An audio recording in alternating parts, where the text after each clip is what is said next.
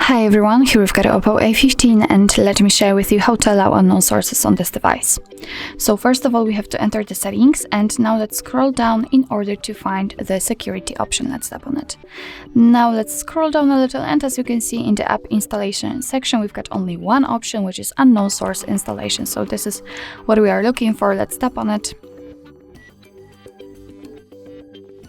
And we've just been transferred to the full list of apps which are allowed or not allowed, like in my case, to install something.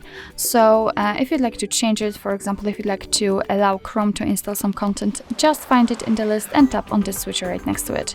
Your device will ask you if you really want to allow Chrome to install some apps, because the Chrome is a third-party app and they are usually aren't actually verified by the developer, so you're doing it on your own responsibility, because you may put your data and actually your device at risk.